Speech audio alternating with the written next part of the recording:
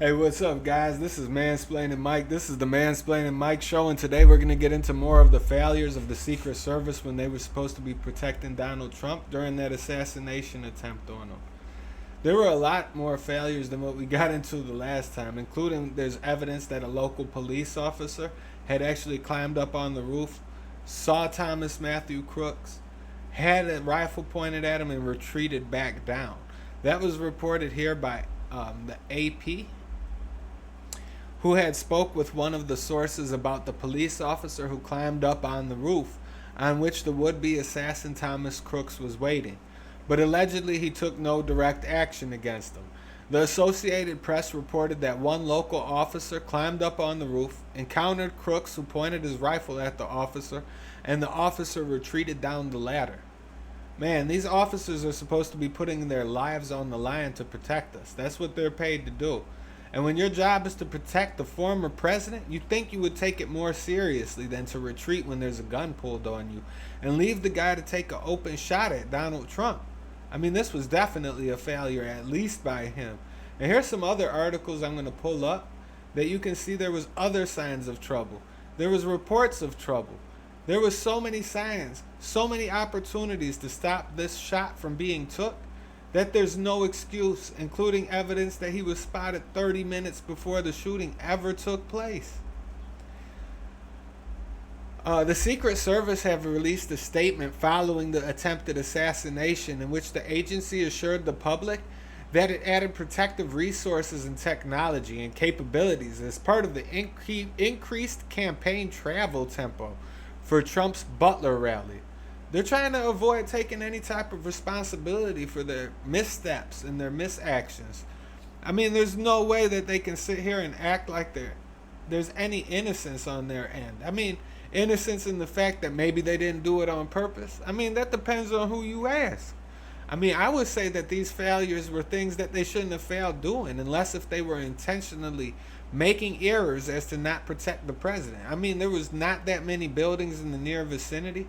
It's almost like they should have been on top of that building, especially the building the shooter was on, because it was in such close vicinity to where Donald Trump was.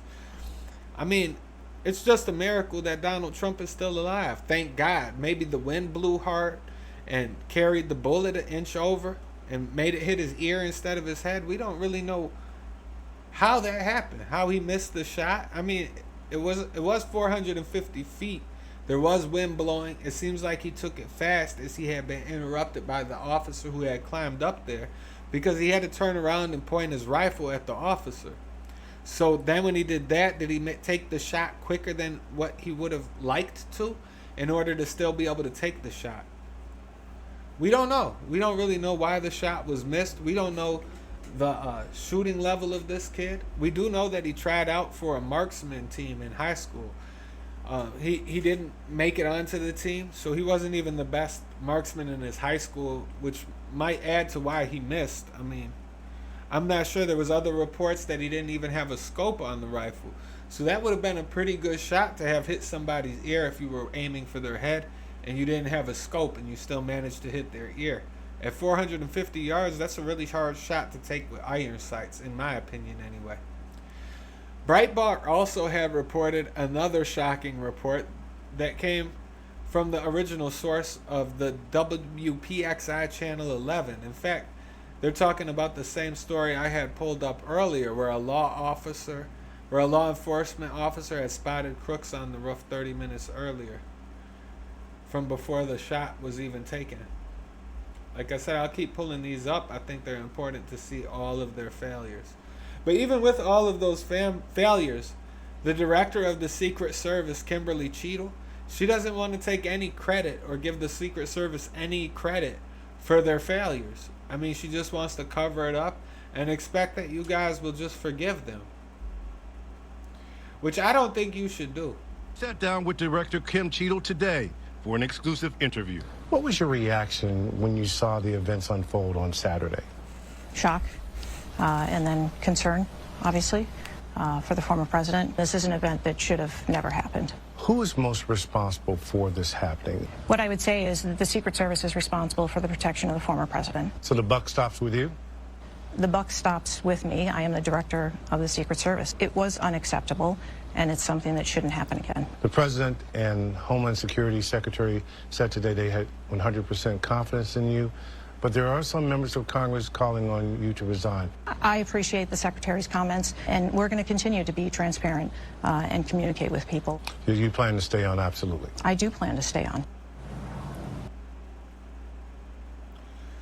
There you see it, guys. You saw it for yourself. Excuse after excuse after excuse. No credibility taken by these people. It's shocking. Also, it's shocking to see like some of the information that gets covered up, or some of the information that even gets put forward. For example, they like to put information forward about Crooks being a registered Republican. They don't like to talk about how in 2021 he was making donations to Act Blue. Act Blue is a political action committee that raises money for left-leaning and Democrat politicians. According to a 2021 Federal Election Commission filing, the donation was earmarked for the Progressive Turnout Project, a national group that rallies Democrats to vote. The groups did not immediately respond to a Reuters request for comment. They also don't talk very much about his family or get into his upbringing. What I did learn about his upbringing was that he tried to become a marksman in high school. He failed to make it onto the team. I also figured out who his father was, who is Matthew Crooks. And I figured out that they were of Jewish descent.